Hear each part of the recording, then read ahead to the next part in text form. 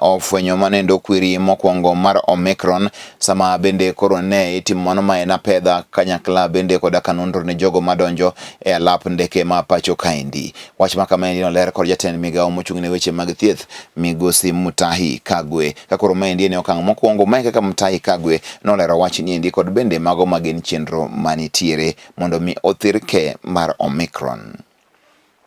Variant, but we have detected the Omicron variant, particularly among travelers in the airports, and so it is just a matter of time before Omicron becomes the dominant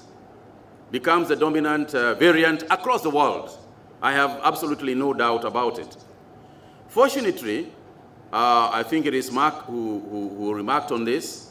Fortunately, what we are observing in most countries where Omicron is dominant, for example, in South Africa, and the reports and we are getting from them, we are engaging them. I'm on the phone constantly with the authorities in South Africa and elsewhere, is that indeed the Omicron variant is spreading very, very fast. If you go to a pub and there are 5 of you, and you sit around together in one table, and somebody has the Omicron variant, chances are that you all walk out of there with the virus.